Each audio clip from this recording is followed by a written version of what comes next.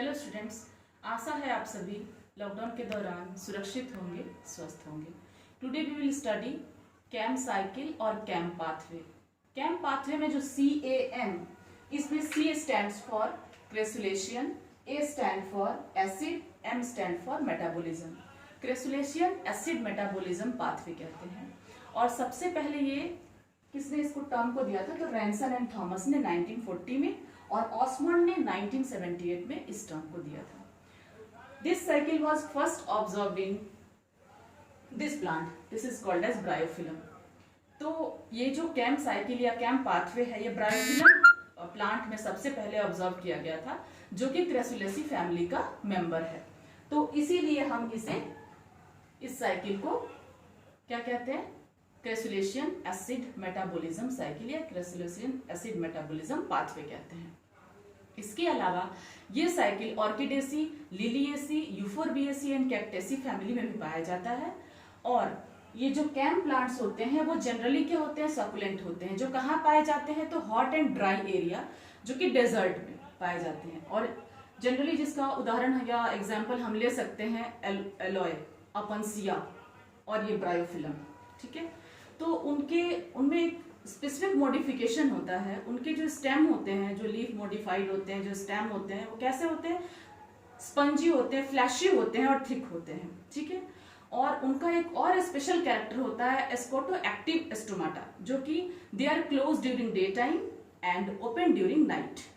ठीक है, इसके अलावा जो कैम प्लांट्स होते हैं उनके कुछ स्पेशल कैरेक्टर भी होते हैं कि acidification during night and deacidification during daytime, and starch content decrease during night and increase during daytime.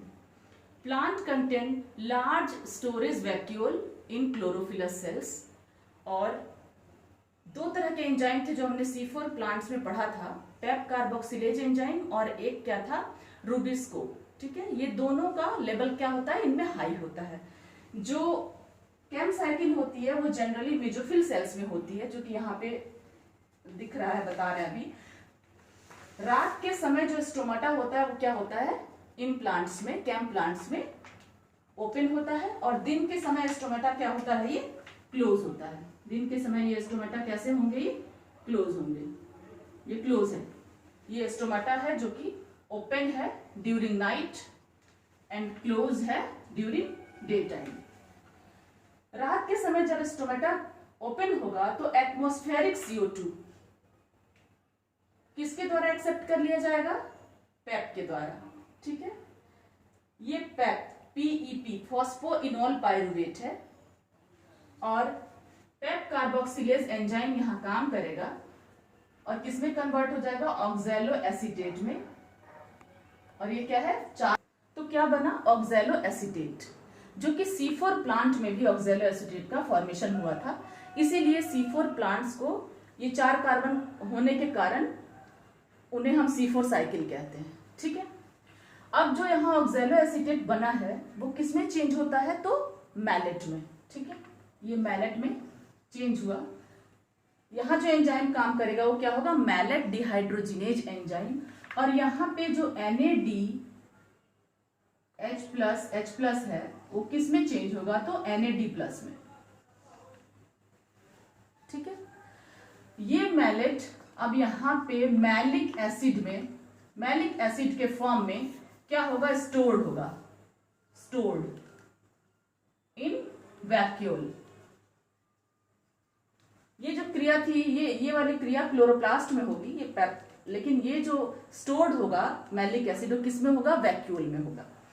अब दिन के समय, डे टाइम, जब स्टोमाटा क्या है? क्लोज है, उस समय ये मैलिक एसिड जो है, मैलिक एसिड जो स्टोर्ड है, मैलिक एसिड जो स्टोर्ड है वो किसमें चेंज होगा? ये कन्वर्ट हो जाएगा दिन के समय मैलेट में, मैलेट में कन्वर्ट हो जाएगा, MALATE, मैलेट में कन्वर्ट हो जाएगा। और ये जो मैलेट है ये फिर किसमें चेंज होगा? तो यहां डीकार्बोक्सिलेशन होगा, CO2 बाहर निकलेगा, और यहां पे मैलेट चेंज होगा पाइरुवेट में। यहां जो एंजाइम काम करेगा वो एंजाइम काम करेगा मैलिक एंजाइम। जो ये पाइरुवेट है, अब इसका फेट ये हो सकता है कि ये डायरेक्ट चेंज हो जाएगा किसमें, पेप में। और यहां पे क्या होगा, डीफॉस्फोराइलेशन होगा, यानी एटीपी टूटेगा एएमपी प्लस पीआई में। और यहां पे phosphate, pyruvate phosphate dikinase enzyme, pyruvate phosphate dikinase enzyme work करेगा। ठीक है। और जो यहाँ पे ये बना है, ये पाइरुवेट का ये फेट है कि ये रिवर्सल ग्लाइकोलिसिस हो जाएगी। यहाँ पे अगर रिवर्सल ग्लाइकोलिसिस हो जाएगी तो ये किसमें चेंज हो जाएगा, ग्लूकोज में। और ये ग्लूकोज किसमें चेंज हो जाएगा, तो स्टार्च के फॉर्म में कन्वर्ट हो जाएगा। मैंने बोला था ना कि दिन के समय क्या होगा, स्टार्च का कंसंट्रेशन ज्यादा होगा और रात के समय कम होगा। ठीक है। तो ये पाइरुवेट का फेट था कि किस तरीके से ग्लूकोज यहां भी बना।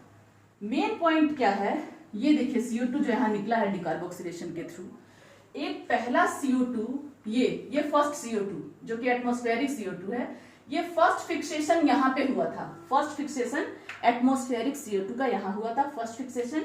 और सेकेंड फिक्सेशन CO2 का यहां पे हो रहा है। ठीक है।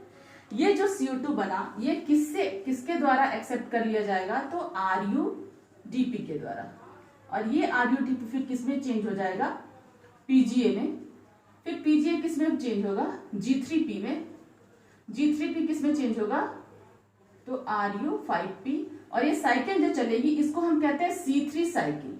यानी इस CO2 का फिक्सेशन किसके थ्रू हो रहा है, C3 साइकिल को, जिसको हम कैल्विन साइकिल भी कहते हैं, कैल्विन साइकिल भी कहते हैं। ठीक है। और यहीं पे ग्लूकोज का भी इवोल्यूशन होगा, क्योंकि जब G3P के पहले, जब G3P के बाद ये एक जो साइकिल चलती है उसमें C3 to C7 ये कार्बन तक का मॉडिफिकेशन होता है। और यहाँ पे जब G3P के बाद राइबोज 5 फॉस्फेट बनता है तो उसके पहले ही ग्लूकोज का जनरेशन होता है, कैल्विन साइकिल आप याद करिए। तो ये ग्लूकोज जो यहाँ बना, ये दोबारा एक इसमें स्टोर हो जाएगा मॉडिफाई होकर के स्टार्च में। तो इस तरीके से यहाँ पे हम ये देखते हैं कि एक ग्लूकोज का क्या हो रहा है, फॉर्मेशन हो रहा है। ठीक है। और जो ये स्टार्च यहाँ पहुंचा था, ये स्टार्च कहाँ पे, रात के समय में। दिन के समय स्टार्च क्या हुआ, स्टोर्ड हुआ, और रात के समय में ये स्टार्च पे एमाइलेज काम करेगा। स्टार्च पे क्या होगा, एमाइलेज काम करेगा और क्या बनाएगा, तो ग्लूकोज 6 फॉस्फेट बनाएगा। ग्लूकोज 6 फॉस्फेट बनाएगा। ये ग्लूकोज 6 फॉस्फेट किस में चेंज होगा, G3P में। और ये G3P किस में चेंज होगा, तो PGA में। और PGA जो है वो किस में चेंज हो जाएगा, PEP में। आपको अगर याद आ रहा होगा तो ये साइकिल क्या है, ग्लाइकोलिसिस है। तो आपने देखा यहाँ पे रिवर्सल ऑफ ग्लाइकोलिसिस हुई और यहाँ पर क्या हुआ, ग्लाइकोलिसिस हुई। ठीक है। जो ये अब देखिए, ये दोबारा PEP का जनरेशन हो गया।